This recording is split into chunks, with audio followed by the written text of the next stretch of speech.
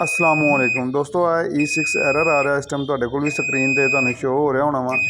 ਇਹ customer kit ਲੈ ਕੇ ਆਇਆ ਸੀ ਕਿ ਕਿੱਟ ਵਿੱਚ ਫਾਲਟ ਹੈਗਾ। ਲਾਜ਼ਾ ਅਸੀਂ ਚੈੱਕ ਕੀਤਾ, ਕਿੱਟ ਬਿਲਕੁਲ ਓਕੇ ਸੀ ਤੇ ਕਸਟਮਰ ਦੀ ਰਿਕੁਆਇਰਮੈਂਟ ਸੀ ਕਿ ਫਿਰ ਤੁਸੀਂ ਆ ਕੇ ਸਾਨੂੰ ਲਾ ਕੇ ਚੈੱਕ ਕਰਵਾ ਦਿਓ। ਲਾਜ਼ਾ ਸਾਡੇ ਕੋਲ ਉੱਥੇ ਮਸ਼ੀਨ ਤੇ E6 ਦਾ ਐਰਰ ਆਉਂਦਾ। ਆ ਵੇਖੋ, ਅਸੀਂ ਆ ਕੇ ਚੈੱਕ ਕਰ ਰਹੇ ਹਾਂ ਮਸ਼ੀਨ ਨੂੰ।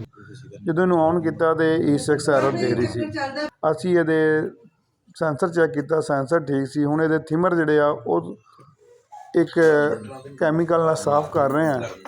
ਥਿਮਰ ਸਾਫ਼ ਕਰਨ ਤੋਂ ਬਾਅਦ ਅਸੀਂ ਇਹਨੂੰ ਫਿਰ ਲਾਉਂਦੇ ਹਾਂ ਵਾਪਸੀ ਅਤੇ ਫਿਰ ਜਨਾਬ ਜਾਰੀ ਮਸਲਾ ਕਰ ਜਾਂਦਾ। ਇਸ ਟਾਈਮ ਥਿਨਰ ਤੁਹਾਡੇ ਸਾਹਮਣੇ ਇਸਤੇਮਾਲ ਕਰਕੇ ਉਹਦੇ ਸਾਰੇ ਜਿਹੜੇ ਹੈ ਨਾ ਜੈਕ ਉਹ ਸਾਫ਼ ਕਰ ਰਹੇ ਹਾਂ।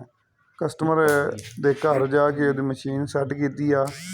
ਬੇਸਿਕਲੀ ਮਕਸਦ ਇਹ ਆ ਕਿ ਤੁਹਾਨੂੰ ਅਗਾਹੀ ਦੇਣੀ ਕਿ E6 ਐਰਰ ਲੋਕ ਦੱਸ ਦਿੰਦੇ ਆ ਫਲਾਂ ਚੀਜ਼ ਦਾ ਵਜ੍ਹਾ ਕਿ ਉਹ ਸੈੱਟ ਕਰ ਦਿਓ, ਸੈੱਟ ਹੋ ਜਾ ਸੀ। ਉਹਦੀ ਜਦੋਂ ਤੀਕਰ ਉਹਦੀ ਤਹਿ ਤੀਕਰ ਨਹੀਂ ਪਹੁੰਚੋਗੇ, ਉਹਦੇ ਪਿੱਛੇ ਨਹੀਂ ਚੱਲੋਗੇ, ਉਹਦੇ ਪਿੱਛੇ ਕਾਫੀ ਸਾਰੀਆਂ ਚੀਜ਼ਾਂ ਹੋਣੀਆਂ ਵਾ।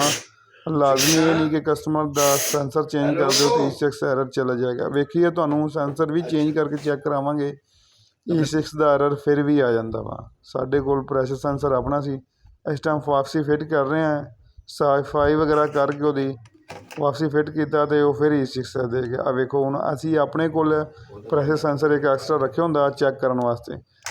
ਆਪਣਾ ਪ੍ਰੈਸ਼ਰ ਸੈਂਸਰ ਲਾਇਆ ਸੀ ਅਤੇ ਮਸ਼ੀਨ ਹੁਣ ਇਸ ਟਾਈਮ ਚੱਲ ਜਾਏਗੀ। ਤੁਹਾਨੂੰ ਚੈੱਕ ਕਰਵਾਉਂਦੇ ਹਾਂ ਮਸ਼ੀਨ ਚਲਾ ਕੇ। ਅਤੇ ਚਲਾਓ ਜੀ, ਆਈ ਮਸ਼ੀਨ ਔਨ ਕਰਨ ਲੱਗੇ ਹਾਂ। ਮਸ਼ੀਨ ਔਨ ਕੀਤੀ ਤਾਂ ਮਸ਼ੀਨ ਬਿਲਕੁਲ ਓਕੇ ਚੱਲ ਗਈ। E6 ਐਰਰ ਇਹਨੇ ਨਹੀਂ ਦਿੱਤਾ। ਜਦੋਂ ਇੱਦਾਂ ਦੀਆਂ ਚੀਜ਼ਾਂ ਦਾ ਐਰਰ ਹੁੰਦਾ ਉਸੇ ਟਾਈਮ ਫੌਰੀ ਸਕਰੀਨ 'ਤੇ ਆ ਜਾਂਦਾ ਹੁੰਦਾ, ਬਿਲਕੁਲ ਠੀਕ ਆ।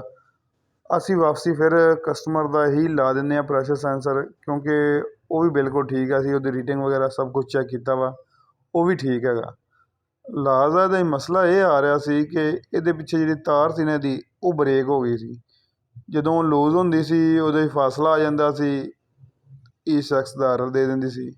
ਜਦੋਂ ਫਿਰ ਇਹਨੂੰ ਓਪਨ ਕਰਦੇ ਸੀ, ਖੋਲ੍ਹਦੇ ਸੀ, ਤਾਰ ਉੱਥੋਂ ਫਿਰ ਆਪਣੀ ਅਲਾਈਨਮੈਂਟ ਸਿੱਧੀ ਹੋ ਜਾਂਦੀ ਸੀ, ਉਹਦੀ ਟਾਈਟ ਹੋ ਜਾਂਦੀ ਸੀ, ਕਰੰਟ ਗੁਜ਼ਰਨ ਲੱਗ ਜਾਂਦਾ ਸੀ, ਤਾਰ ਪ੍ਰੈਸ਼ਰ ਸੈਂਸਰ ਚੱਲ ਜਾਂਦਾ ਸੀ। ਲਾਜ਼ਾ ਇਹਦੀ ਇੱਕ ਤਾਰ ਬਰੇਕ ਸੀ, ਉਹ ਠੀਕ ਕੀਤੀ ਅਤੇ ਕਸਟਮਰ ਦੀ ਕਿੱਟ ਇਸ ਟਾਈਮ ਬਿਲਕੁਲ ਓਕੇ ਹੋ ਗਈ ਆ। ਜੋ ਚੀਜ਼ ਹੁੰਦੀ ਆ ਉਹ ਕਸਟਮਰ ਨੂੰ ਉਸੇ ਟਾਈਮ ਉਹਦੇ ਘਰ ਵਾਜ਼ਾ ਦੱਸ ਦਈਦੀ ਹੈ ਕਿ ਸਰ ਜੀ ਇਹ ਤੁਹਾਡਾ ਮਸਲਾ ਵਾ, ਉਹ ਉਸੇ ਟਾਈਮ ਉਹਦੇ ਸਾਹਮਣੇ ਹੀ ਹੱਲ ਕਰ ਦਈਦਾ ਵਾ। ਮਿਹਰਬਾਨੀ। ਇਹ ਵੇਖੋ, ਤੁਹਾਡੇ ਸਾਹਮਣੇ ਸਪਿਨ 'ਤੇ ਚੈੱਕ ਕਰਵਾ ਰਹੇ ਹਾਂ, ਸਪਿਨ 'ਤੇ ਓਕੇ ਆ ਬਿਲਕੁਲ। ਇਸ ਤੋਂ ਬਾਅਦ ਹੁਣ ਵਾਸ਼ਿੰਗ 'ਤੇ ਤੁਹਾਨੂੰ ਚੈੱਕ ਕਰਵਾਉਂਦੇ ਹਾਂ। ਸਪਿਨ 'ਤੇ ਚੈੱਕ ਕਰਾਉਣ ਤੋਂ ਬਾਅਦ ਹੁਣ ਇਹਨੂੰ ਨਾ ਫਿੱਟ ਕਰਕੇ ਹੁਣ ਵਾਸ਼ਿੰਗ 'ਤੇ ਪ੍ਰੋਗਰਾਮ ਲਾਉਂਦੇ ਹਾਂ। ਆ ਵਾਸ਼ 'ਤੇ ਇਸ ਟਾਈਮ ਤੁਹਾਡੇ ਸਾਹਮਣੇ ਵਾਸ਼ 'ਤੇ ਚੱਲ ਰਹੀ ਹੈ ਮਸ਼ੀਨ, ਕੋਈ ਐਰਰ ਨਹੀਂ ਆ ਰਿਹਾ ਇਹਦਾ।